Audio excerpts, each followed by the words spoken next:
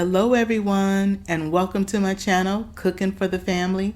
I'm Devon and today I'm going to share with you how to make white chocolate cranberry cookies. These are great for the holiday season or really just any occasion. The ingredients are super simple. It is a wonderful cookie recipe and I cannot wait to share it with you. Now first we're going to start off with our dry ingredients. So to our bowl, we're putting in 2.5 cups of all-purpose unbleached flour. Now to that we're going to add some salt and we're going to use 1 teaspoon of salt. Okay, next we're going to put in some baking soda and we're going to be using 1 teaspoon of baking soda.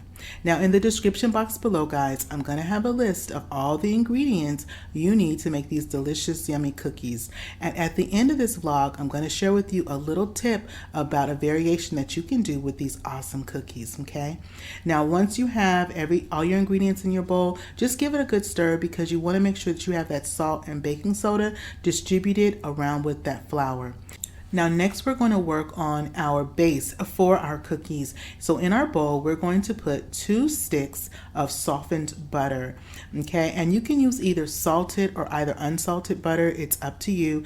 I actually like to use salted butter. Now if you are using salted butter in any of your baking recipes, what I suggest is that always use the same brand because then you know how that salt that's added to that salted butter, how that's going to be in any baked good recipe that you're going to do. So I always make sure to use the exact same brand so that way I always have consistency and I know what to expect with my baked goods. Okay, now next to that we're going to add some brown sugar and we're going to use some light brown sugar, and that's 1 cup of light brown sugar. Now to that we're going to add 1/2 cup of regular granulated sugar. And having that extra brown sugar, having more brown sugar than granulated sugar, helps to make these cookies nice and soft. Okay, and that's a little secret. When you're making cookies, that brown sugar has that molasses in there, and so it's going to make your cookies softer than it is if you just had more granulated sugar. So now to that we're going to add our eggs, and we're using 2 large eggs, and we're going to use our eggs one at a time.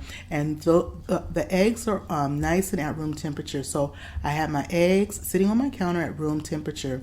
Now once you get to this point where you've whipped your butter and your sugars and you've added in the egg and it's starting to look nice and frothy, because that's what we want, make sure that you use your spatula to go into the bottom of the bowl, because sometimes we'll have things that will gather. We might have a little bit of extra butter or sugar that's not whipped and mixed in. So always use that spatula in the bottom of the bowl. Okay, now next I added in some vanilla extract and we used 1.5 teaspoons of that vanilla extract.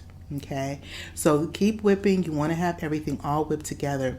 Now this recipe is part of my 12 days of cookies and holiday treats, and if you haven't watched those vlogs yet, I invite you to tune into those as well. I've got some wonderful holiday cookies and Christmas treats for everyone to enjoy with their family. And now with those dry ingredients that we had, go on and add those now to the bowl, and you want to add your dry ingredients in slowly to your cookie mix. Don't add it in one at a time. It's going to be a little bit too difficult to get everything nice and thoroughly mixed together, so just add it in one at a time. Okay, and it also helps you to not to overmix your cookie dough.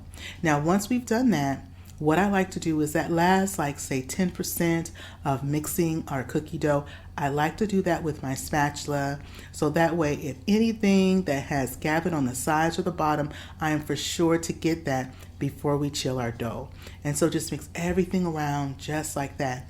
Now we're using some classic white chocolate chips, but you can also use the chocolate chips that say vanilla. So you can use the vanilla chips as well. Okay, and we're going to be using 1.5 cups of that white chocolate chips. Okay, so we're going to use 1.5 cups, and then we're going to be using our cranberries, and I like to use these dried cranberry, the craisins, because they have that little bit of sweet, little bit of tart, and it just works so well with that white chocolate chips. It just works really great in the recipe.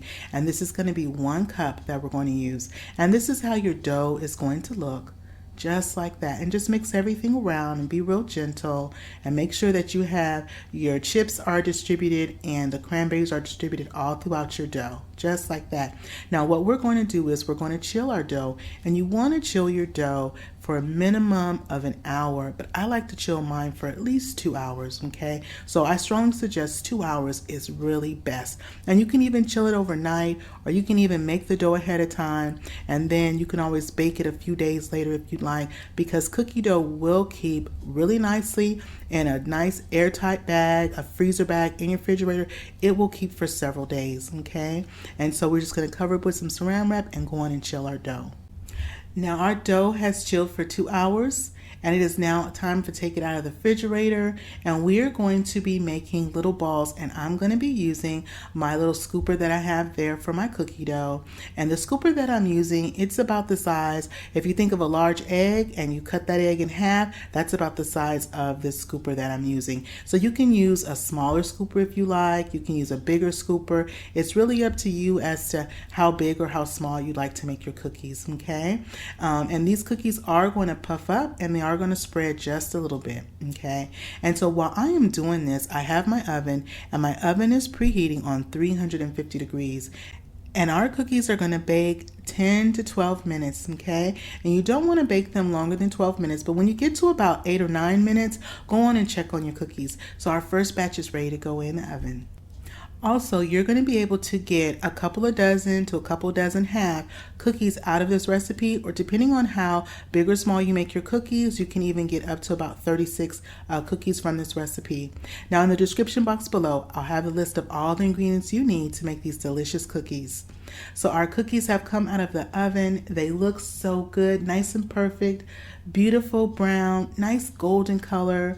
They're nice and golden around the edges, and that's what you want. You want your cookie to really kind of set around the edges, just like that. And a great variation for the cookie dough is you can add some wonderful chopped macadamia nuts. Add macadamia nuts to this recipe and it is awesome. Well, here is our cookie. It looks so good. It has baked up perfectly. It is nice and soft and tender. Let's give it a try and see how we did, y'all. Oh, these cookies taste so good. These are some great holiday cookies. Those cranberries in there are just so perfect. Those little craisins. Wow. And you know, another great variation that you can also do with this cookie dough is that instead of using the craisins, you can use the white chocolate chips and then also some semi-sweet chocolate chips. And in addition to the semi-sweet chocolate chips and the semi-sweet, so you would do 1 cup of the white chocolate chips and 1 cup of the semi-sweet chocolate chips, and then a half a cup of the milk chocolate chips, okay? So 1 cup of white chocolate chips, 1 cup of semi-sweet, and a half a cup of milk chocolate chips, and you've got a triple chip cookie, okay? Well, that is it for me today, y'all. And if you haven't subscribed to my channel yet, what are you waiting for? Go on and hit that subscribe button. And if you like this video and appreciate the content, don't forget to show it some love, give it a thumbs up, and click share, and share this video with a friend or family. And remember, it is always good when Devon is cooking for the family. I'll see you on the next one. Bye-bye, everybody.